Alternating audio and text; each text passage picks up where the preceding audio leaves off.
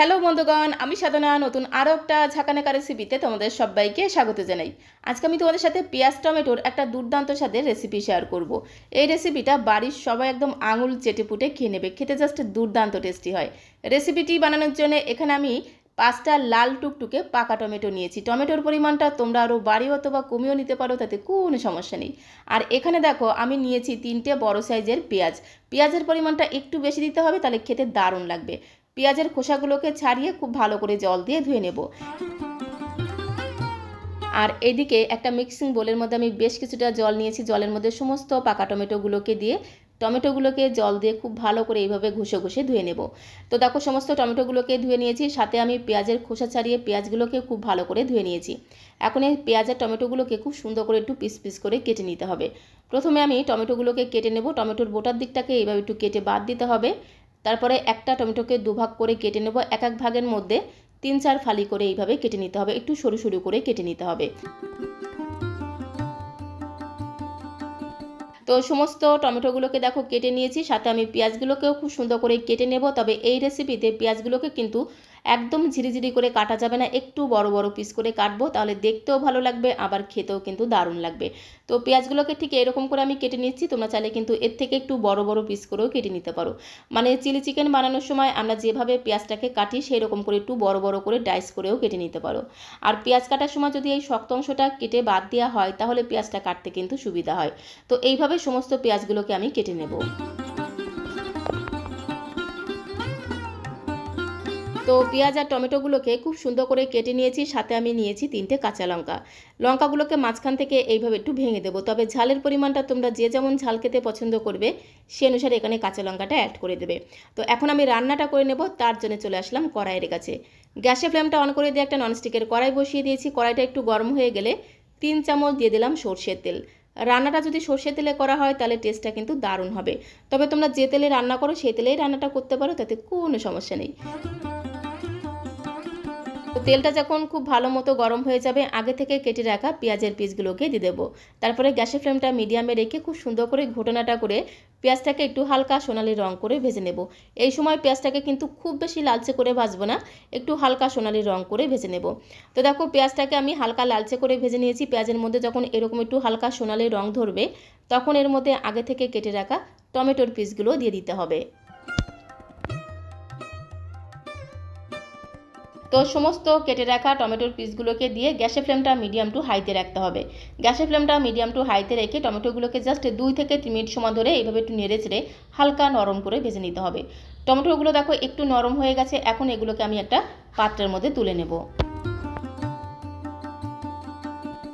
তো বন্ধুগণ, আজকে আমি তোমাদের সাথে পেঁয়াজ আর টমেটো দিয়ে এমন একটা রেসিপি শেয়ার করছি যেটা গরম গরম ভাতের সাথে খেতেও দারুণ লাগবে, সাথে সাথে রুটি পরোটার সাথে খেতেও কিন্তু দুর্দান্ত লাগে।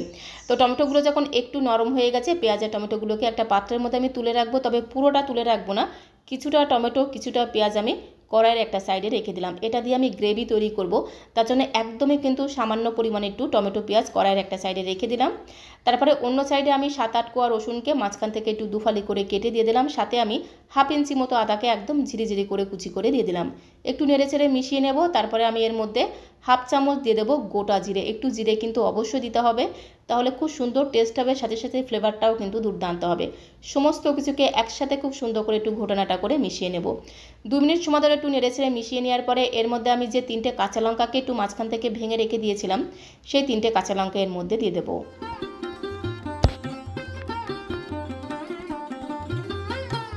তো 3টে কাঁচা লঙ্কা ভেঙে দিয়ে দিলাম। এবারে গ্যাসের ফ্লেমটা মিডিয়ামে রেখে খুব সুন্দর করে নেড়েচেড়ে এগুলোকে একদম লালচে করে ভেজে নিতে হবে। যতক্ষণ না রসুন কাঁচা লঙ্কার কাঁচা গন্ধটা চলে গিয়ে খুব সুন্দর একটা ভাজা গ্রান বেরিয়ে আসছে।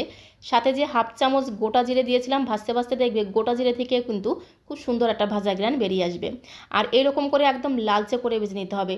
খুব সুন্দর করে যত লালচে করে ভাজা হবে, গ্রেভির টেস্ট কিন্তু ততটাই সুস্বাদু হবে।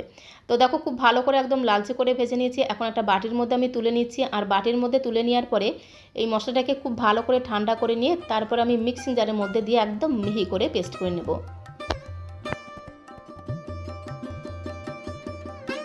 তো তো দেখো ভাজা মশলাটাকে পুরোপুরি ঠান্ডা করে নিয়ে তারপরে কিন্তু আমি মিক্সিং জারের মধ্যে দিয়ে দিলাম। গরম অবস্থায় কিন্তু একদমই মিক্সিং জারের মধ্যে দেওয়া যাবে না। আর এই বাটিটা ধুয়ে সামান্য পরিমাণে একটু জল আমি দিয়ে দেবো, তারপরে মিক্সিং জারের ঢাকনাটা বন্ধ করে একদম মিহি করে পেস্ট করে নিতে হবে। আর এই মশলাটা দেওয়ার কারণে কিন্তু খুব সুন্দর একটা গ্রেভি তৈরি হবে, যার কারণে কিন্তু এই পেঁয়াজ টমেটোর রেসিপিটা খেতে হবে অসাধারণ টেস্টি। তো এই মশলাটাকে একটা সাইডে রেখে দিলাম, তারপরে সরাসরি চলে আসলাম কড়াইয়ের কাছে। তো কড়াইটা একটু গরম হয়ে গেলে ওই কড়াইতে আমি 2 চামচ দিয়ে দিলাম সর্ষের তেল। তেলটা একটু গরম হয়ে গেলে 2টো শুকনো লঙ্কা ফোড়ন দিয়ে দিলাম, সাথে আমি সামান্য পরিমাণে দিয়ে দিলাম একটু কালো সর্ষে ফোড়ন, তার সাথে আমি হাফ চামচ দিয়ে দিলাম গোটা জিরে ফোড়ন। গোটা জিরের পরিমাণটা একটু বেশি দিতে হবে, তাহলে খুব সুন্দর টেস্ট হবে, সাথে সাথে ঘ্রাণটাও কিন্তু দুর্দান্ত হবে। তার সাথে একটা তেজপাতা মাঝখান থেকে ছিঁড়ে দিয়ে দিলাম, আর আমি 2 চিমটির মতো দিয়ে দিলাম একটু হিং ফোড়ন। একটু হিং ফোড়ন দিলে কিন্তু এই রেসিপির স্বাদ আর গন্ধ 10 গুণ বেড়ে যাবে। এবারে গ্যাসের ফ্লেমটা মিডিয়াম টু লোতে রেখে খুব সুন্দর করে নেড়েচেড়ে ফোড়নটাকে একটু হালকা লালচে করে ভেজে নিতে হবে। যখন এই ফোড়ন থেকে খুব সুন্দর একটা ভাজা গ্রান বেরিয়ে আসবে, তখন আমি মিক্সিং জারে বেটে রাখা মশলাটা কড়াইয়ের মধ্যে দিয়ে দেবো।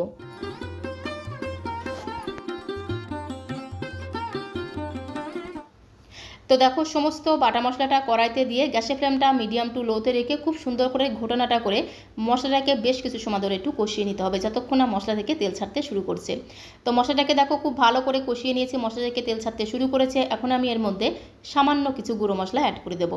প্রথমেই দিয়ে দিলাম স্বাদ মতো লবণ, পরিমাণ মতো হলুদের গুঁড়ো, 1 চামচের 3 ভাগের 1 ভাগ দিয়ে দিলাম জিরের গুঁড়ো, সাথে হাফ চামচ দিয়ে দিলাম একটু ধনিয়া গুঁড়ো। ধনিয়া গুঁড়ো একটু বেশি করে দিতে হবে, তাহলে স্বাদ আর গন্ধ দ্বিগুণ বেড়ে যাবে। খুব সুন্দর একটা রঙের জন্য সামান্য পরিমাণে একটু কাশ্মীরি লাল লঙ্কার গুঁড়ো দিলাম, সাথে দিয়ে দিলাম হাফ চামচ চিনি। তো তারপরে মিক্সিং জারটা ধুয়ে বেশ কিছুটা জল আমি দিয়ে দিলাম। এবারে গ্যাসের ফ্লেমটা মিডিয়াম টু লোতে রেখে গুঁড়ো মশলাটাকেও বেশ কিছু সময় ধরে একটু কষিয়ে নিতে হবে, যতক্ষণ না গুঁড়ো মশলার কাঁচা গন্ধটা চলে গিয়ে খুব সুন্দর একটা ভাজা গ্রান বেরিয়ে আসছে আর মশলা থেকে তেল ছাড়তে শুরু করছে, ততক্ষণ অবধি মশলাটাকে খুব ভালো করে কষিয়ে নেব।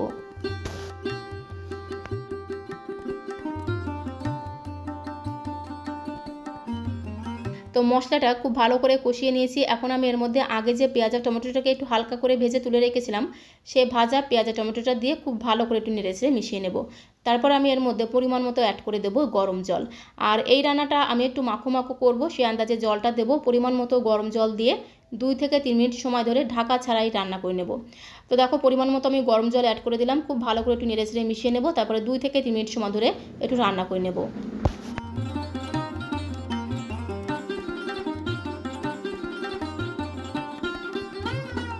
তো গ্যাসের ফ্লেমটা মিডিয়ামে রেখে 2 থেকে 3 মিনিট সময় ধরে একটু রান্না করে নিয়েছি। এখন আমি এর মধ্যে 1 মুঠো দিয়ে দিলাম ফ্রেশ ধনেপাতা কুচি।